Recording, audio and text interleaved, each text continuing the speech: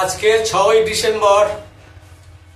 আপনারা জানেন আজকে বাবরের ছেলে হুমায়ুন বেলডাঙায় একটা বাবরি মসজিদের ভিত্তিপ্রস্তর স্থাপন করবেন, একথা তিনি আগেই ঘোষণা করেছেন।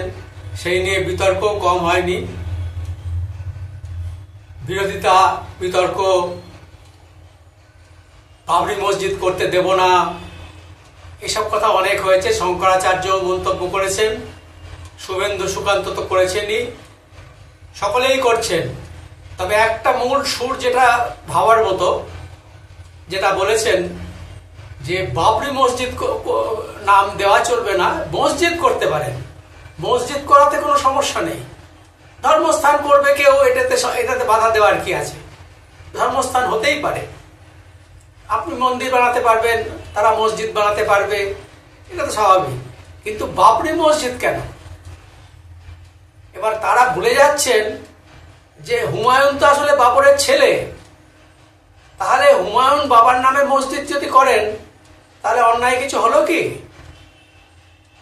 আজকে সেই 6ই ডিসেম্বর, সেই নিয়ে তো একটা বিরাট ব্যাপার। কেন্দ্রীয় বাহিনী টাহিনী সব নেমে গেছে, র্যাব নেমে গেছে, যাতে কোনো অশান্তি গন্ডগোল না হতে পারে। বেলডাঙায় বাবরি মসজিদের শিলান্যাসকে কেন্দ্র করে শনিবার সকাল থেকেই একেবারে টান টান উত্তেজনা। বহুদিনের অপেক্ষার পর আজই শিলান্যাস করতে চলেছেন ভরতপুরের বিধায়ক ও তৃণমূল থেকে সদ্য সাসপেন্ড হওয়া হুমায়ুন কবির।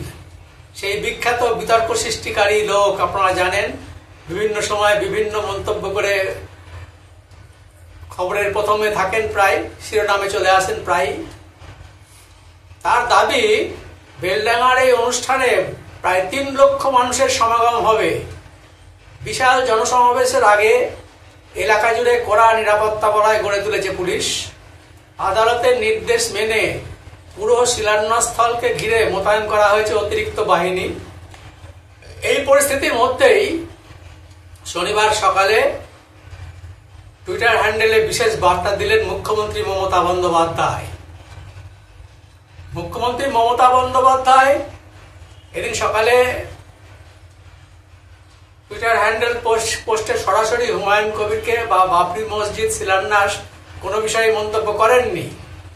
তবুও রাজনৈতিক মহলের ধারণা তারা এই পোস্ট আসলে বর্তমান পরিস্থিতিকে ইঙ্গিত করছে।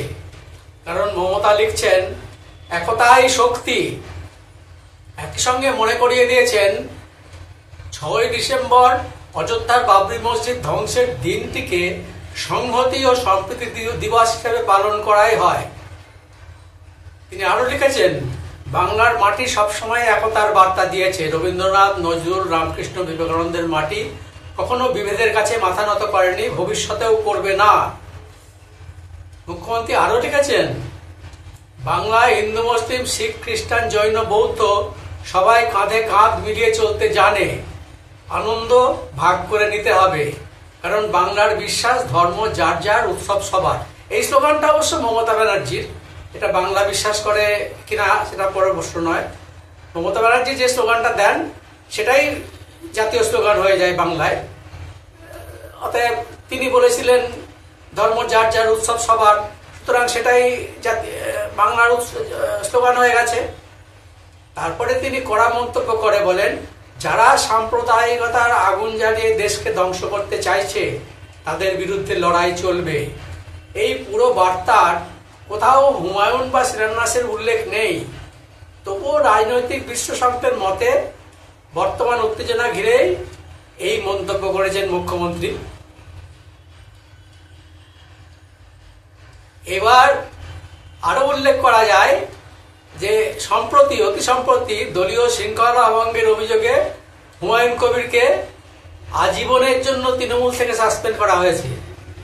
অবশ্য তৃণমূলের সাসপেনশনটা মানুষ খুব একটা গুরুত্ব দেন না, কারণ হচ্ছে তৃণমূলের সাসপেনশন, এই সাসপেনশন আজীবন, আবার 3 মাস পরেই দেখা যাচ্ছে তিনি দলের কাজকর্ম যথারীতি যেমন করছিলেন তেমনই করছেন। অর্থাৎ তৃণমূলের সাসপেনশন খুব একটা গুরুত্ব দেওয়ার কিছু নেই। কারণ তৃণমূলের সাসপেনশন মানে হচ্ছে মমতা ব্যানার্জির যদি মনে হয় একে সাসপেন্ড করা দরকার করবেন, আবার যদি মনে হয় সাসপেনশন তুলে নেওয়া দরকার তুলে নেবেন। কারণ তৃণমূল দলটার কোনো নিজস্ব সংবিধান আছে বলে আমার মনে হয় না। মমতা ব্যানার্জি যেটা বলেন সেটাই সংবিধান দলের, এটাই বোধহয় সম্ভবত হয় আমার যেটা অনুমান। তৃণমূল নেতাদের দাবি ছিল ওই এলাকায় বাবরি মসজিদ নির্মাণ হলে সাম্প্রদায়িক হিংসার আশঙ্কা রয়েছে।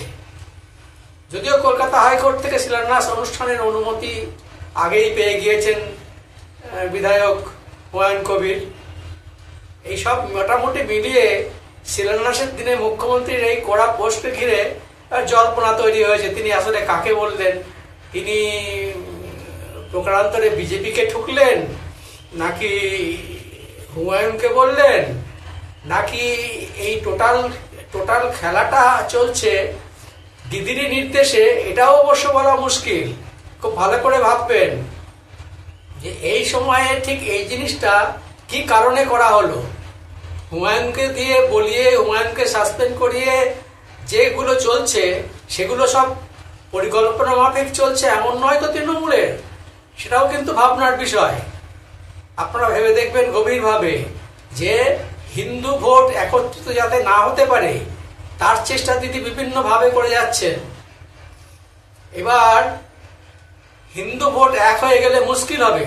হিন্দু ভোটকে এক করা একটু মুশকিল অবশ্য, কারণ হিন্দু ধর্মের মধ্যেই বিভিন্ন রকম মতামত রয়েছে। সুতরাং হিন্দু ধর্মকে, হিন্দুদের এক করা খুব কঠিন কাজ। আর তারা নিজেদেরকে সেকুলার মনে করে খুব গর্ব অনুভব করেন। সুতরাং তারা পরস্পরের সঙ্গে মিলবেন এমন আশা করাটা বৃথা। যাই হোক, কি হয় এখন দেখার বিষয়। আপনারাও দেখতে থাকুন, আমিও দেখতে থাকছি।